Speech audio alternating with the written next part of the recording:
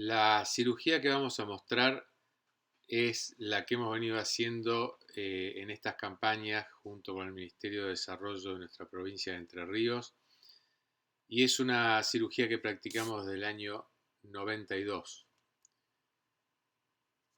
La cirugía esta se define por la presurización constante mediante el mantenedor de cámara anterior. La presurización constante tiene varias ventajas, como ser el flujo de líquido siempre de adentro a afuera, lo cual constituye una seguridad muy alta en cuanto a la infección, porque el líquido sobrenadante no puede entrar al ojo. La construcción del túnel con presión alta en el ojo permite crear un túnel muy bien hecho, sin diferencias de altura, mediados por la hipotensión ocular. La capsulorhexis se efectúa en condiciones de presurización constante, lo cual permite una relajación zonular y el llamado síndrome de la bandera argentina no es visto por nosotros.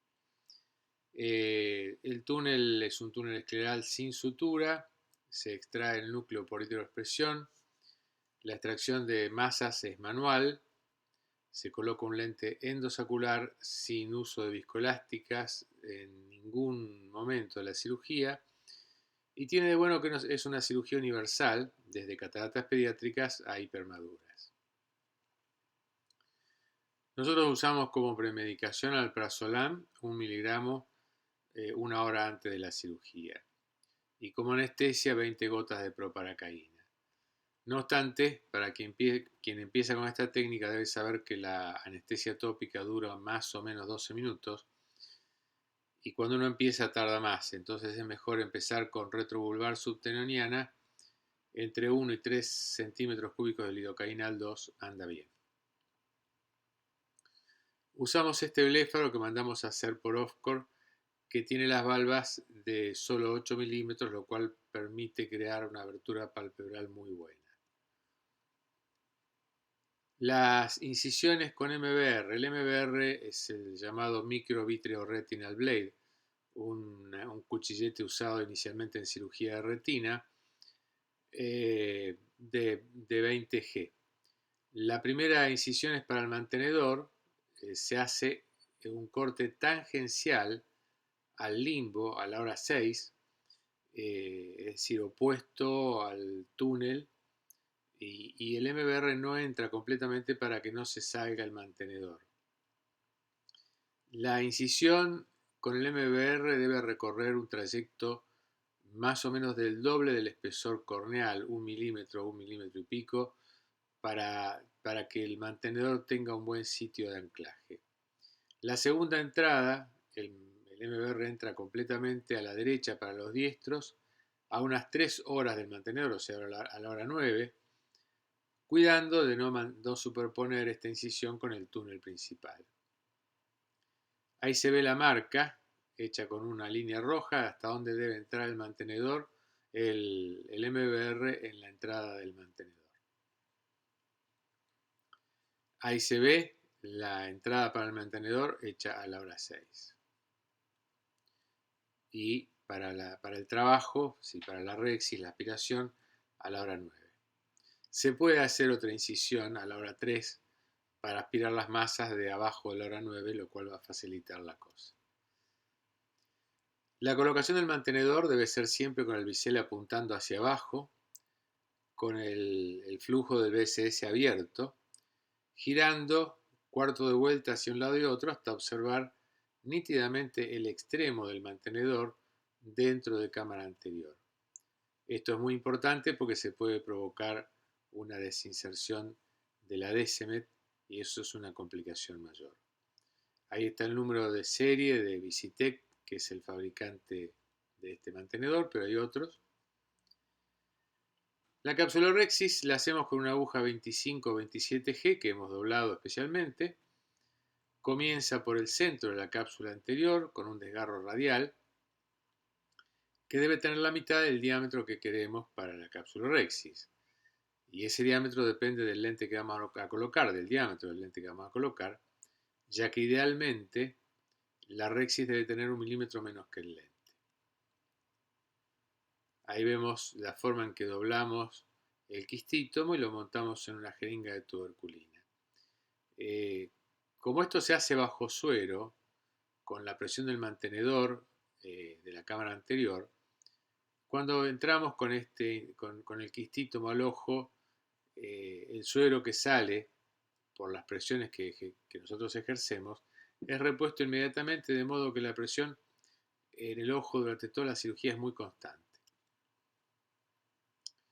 Ahí vemos el radio dibujado con negro y vemos el comienzo de la Rexis, cuidando de tomar siempre la cápsula anterior por el lado endotelial.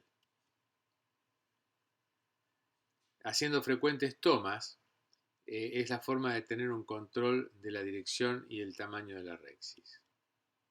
Y el centrado, naturalmente. Ahí vemos que está bastante avanzada.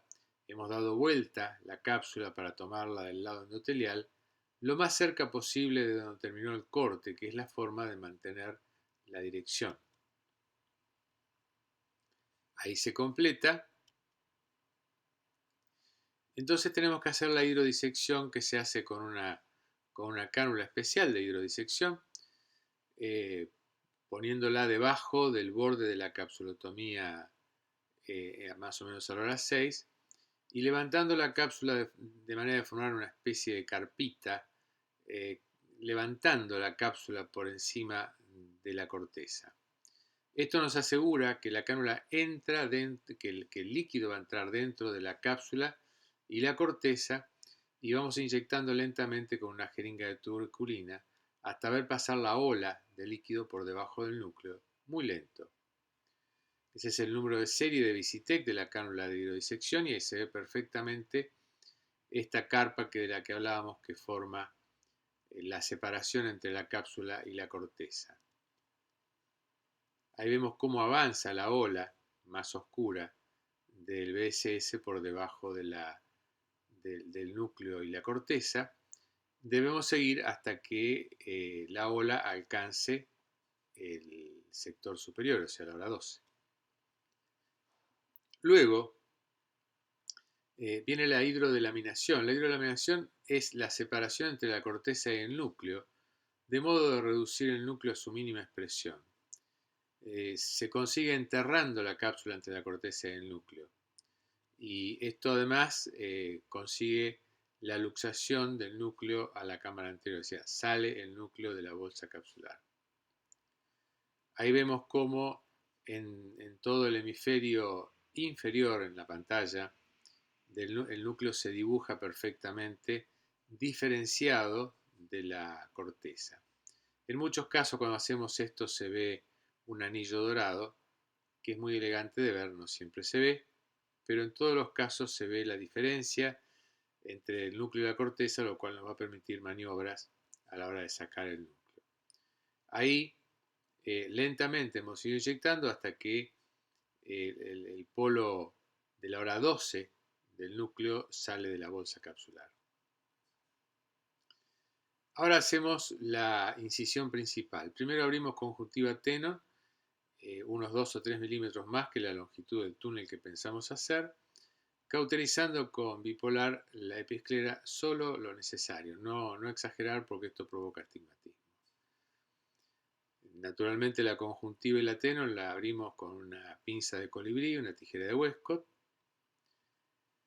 El túnel lleva una primera incisión con un cuchillete de 30 o 45 grados, de unos 2/3 del espesor escleral, y de una longitud que depende del tamaño del lente. Nosotros hacemos de 4 milímetros, pero para empezar es mejor hacerlo de 6 para que el núcleo salga más fácil y no tener complicaciones al principio que lo depriman. El túnel se hace con un Crescent Bevel Up entrando en el tejido corneal, no por el fondo de la incisión que hemos practicado, sino dejando un sector al fondo del la incisión del cuchillete de 30, de modo de evitar el astigmatismo. Esa incisión, ese resto de incisión que no se usa, evita el astigmatismo. Entonces entramos en el tejido corneal unos 2 milímetros y al salir a los costados hacemos unas descargas de modo que queda como una U abierta hacia el cirujano.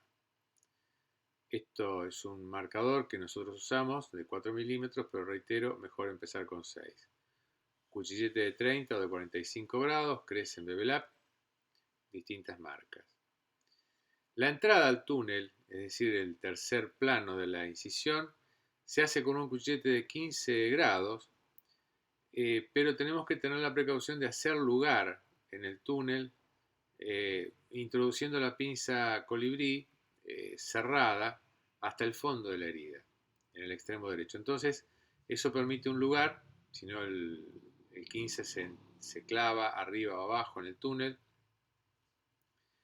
Pero una vez que llegamos al fondo con la pinza, introducimos el cuchillete y ahí entramos a la cámara anterior. Solamente cortamos entrando, no hay que serruchar. Ahí tenemos la primera incisión. Un detalle de hacer notar es que la pinza de fijación, la colibrí, debiera tomar el ojo por única vez en este momento y soltarlo cuando termina la incisión, para no hacer varias tomas y provocar lesiones sobre la superficie. Ahí hemos hecho la incisión, que como dijimos tiene unos 2/3 del espesor escleral. Introducimos el Crescent, reitero, no por el fondo, sino apoyando el talón del Crescent sobre la esclera para tener un sitio desde donde empezar. Y vamos avanzando en córnea más o menos unos 2 milímetros. Ahí se ve claramente que hemos hecho una descarga hacia el costado, inclinando ligeramente el Crescent para conseguir que esta descarga tenga 90 grados respecto de la incisión principal. Si la incisión principal tiene 6 milímetros, la incisión interna va a quedar más o menos de 9. Ahí vemos la misma cosa hacia el lado izquierdo. El cuchillete de 15 tiene 6 milímetros de longitud de hoja, de manera que es muy cómodo para el uso que le vamos a dar. Ahí lo vemos, la pinza de colibrí colocada cerrada hasta el fondo del túnel, lo cual permite llegar al fondo del túnel con el cuchillete de manera de aprovechar por completo el túnel que hemos construido con el Crescent. Esto es un dibujo hecho por encima de la foto que muestra lo que no se ve, es decir, cómo se construye el túnel y más o menos las dimensiones.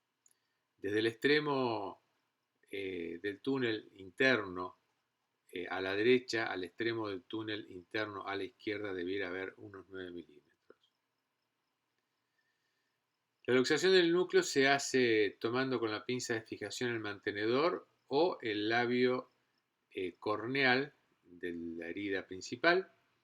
Con la espátula se entra por la izquierda de la herida, se pasa por debajo del túnel y se desliza hacia la derecha hasta levantar para terminar de luxar el núcleo en la cámara anterior. Y con movimientos de derecha a izquierda se enclava el núcleo en la herida. Esta es la espátula que nosotros usamos con su número de código.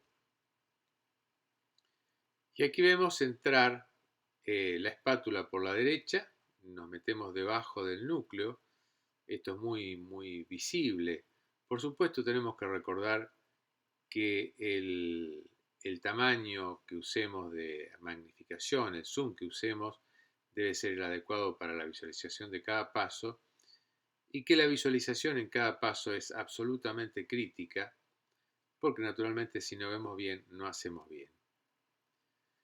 Aquí vemos cómo vamos entrando con la espátula. Recordemos siempre que tenemos flujo constante de adentro a afuera. La espátula deprime la herida, de modo que sale el líquido adentro del ojo, que es repuesto en forma inmediata, y la presión se mantiene constante. Vemos que ahí la espátula ha entrado hasta el fondo del del saco capsular inferior para levantar el núcleo.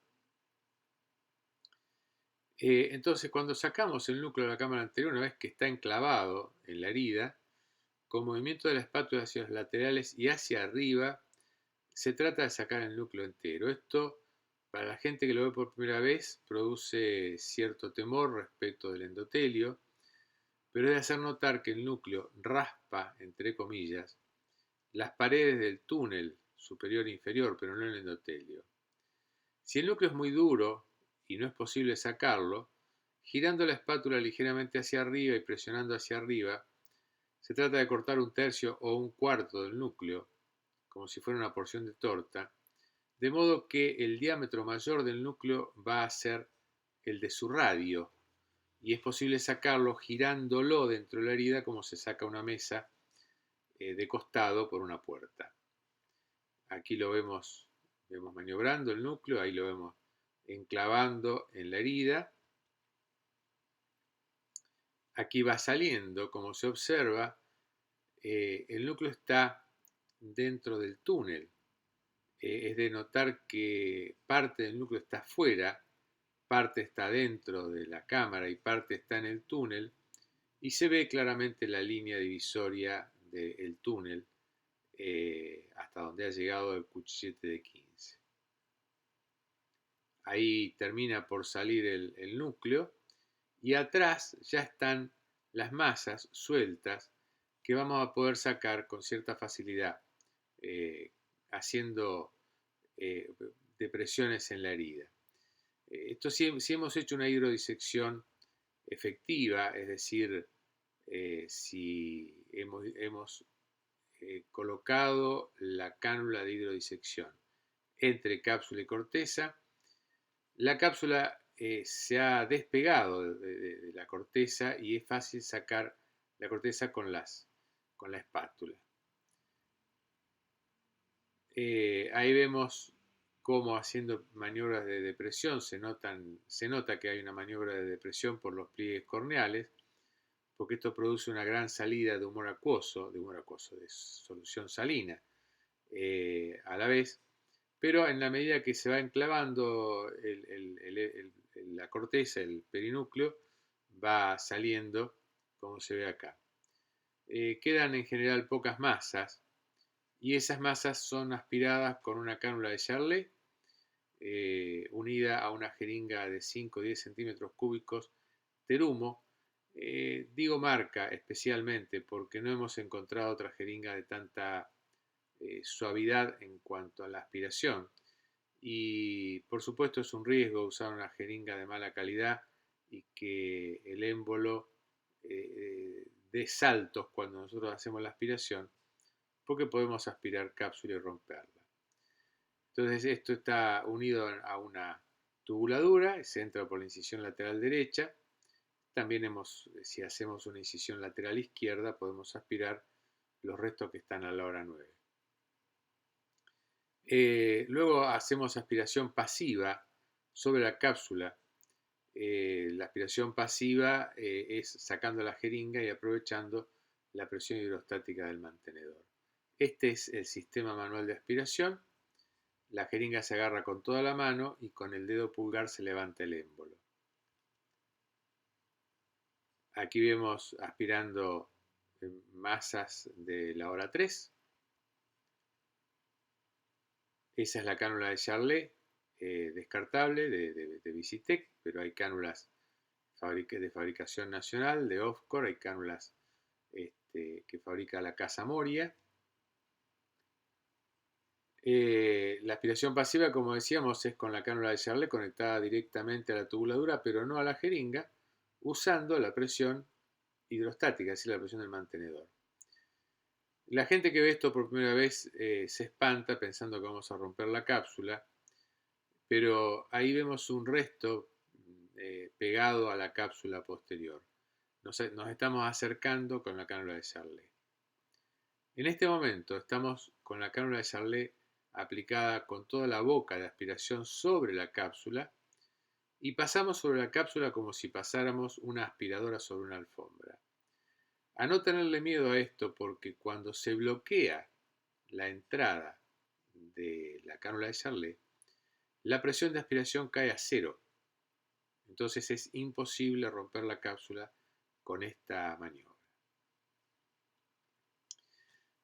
El lente ideal, decimos nosotros, es un lente de una pieza de PMMA, pero podemos poner absolutamente cualquier lente que tengamos que poner.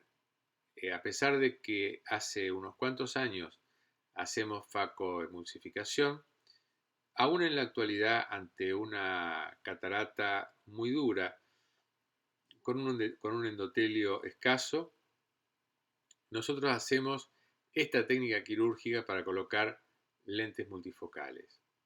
De manera que quiero decir que desde el lente más elemental, que sería un lente de PMMA, al lente más sofisticado, como es un multifocal, es posible ponerlo con esta técnica tranquilamente.